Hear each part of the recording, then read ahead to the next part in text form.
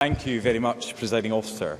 In 2021, I put myself forward as my party's candidate for First Minister because I believe Scotland needed a real alternative, an alternative focused on the big challenges that our country was facing.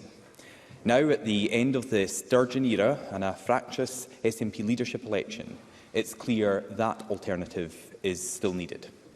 This nationalist government is moving further and further away from the real priorities of Scottish people, like helping struggling families through the global cost of living crisis, helping those who want to see our Scottish economy flourish once more, and rebuilding our demoralised and overstretched NHS.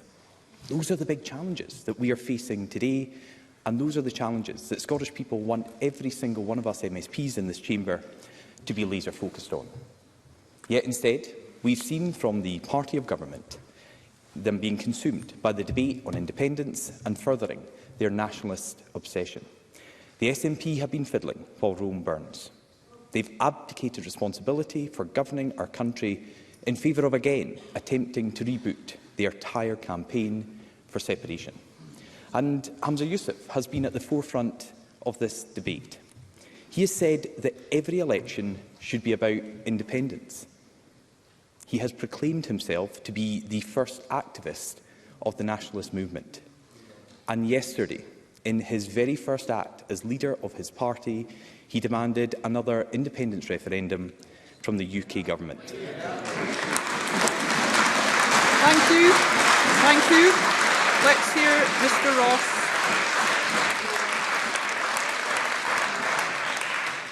An image, if you needed it, that the nationalists have the wrong priorities for this country.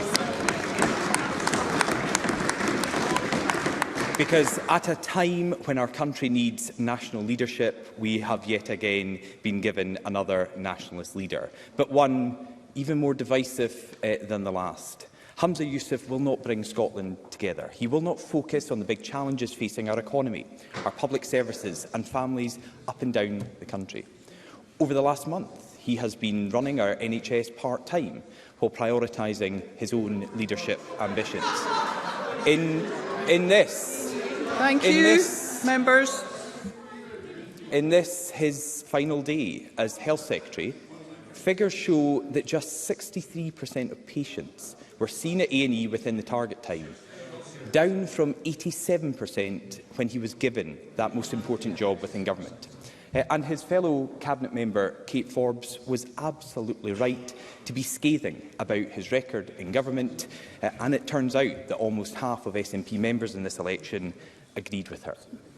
Scotland needs a real alternative, focused on the big challenges our country is facing, and that's why, as leader of the main opposition party in this chamber, I'm putting myself forward for the position of First Minister.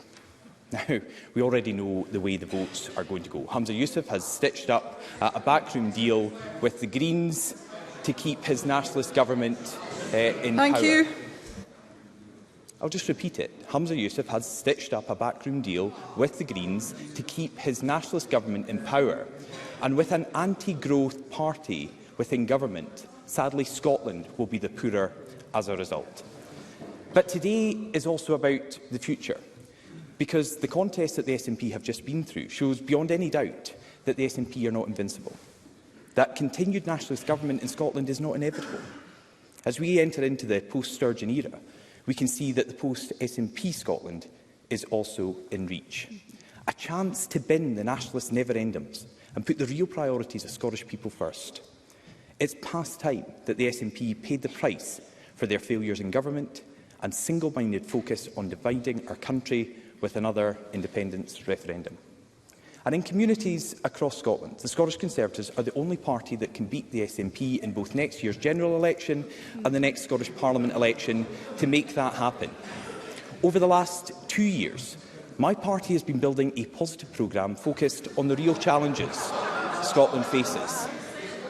Thank you. I'm not sure why SNP members laugh when I'm about to speak about the Right to Recovery Bill. The Right to Recovery Bill that we published that will tackle Scotland's drug death scandal and has now been endorsed by all sides of this chamber. We've set out our plans for a rural development bank to invest in infrastructure that rural communities and farming businesses need to thrive. We're bringing forward a victims' law that would ensure that we place the justice system on the side of victims, not criminals.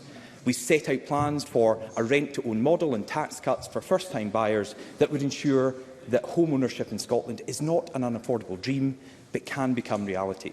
And we have plans to deliver a skills revolution to ensure that every Scot has a right to retrain. These are just some of the positive policies from the platform that we have been building. Presiding Officer, today nationalists in this chamber will give Humza Yousaf a blank cheque to again push forward his party's independence obsession. But in the elections to come, Scotland can make the SNP pay the price for ignoring our real priorities. And in so many areas across Scotland, the Scottish Conservatives are the only party that can make that happen. Thank you.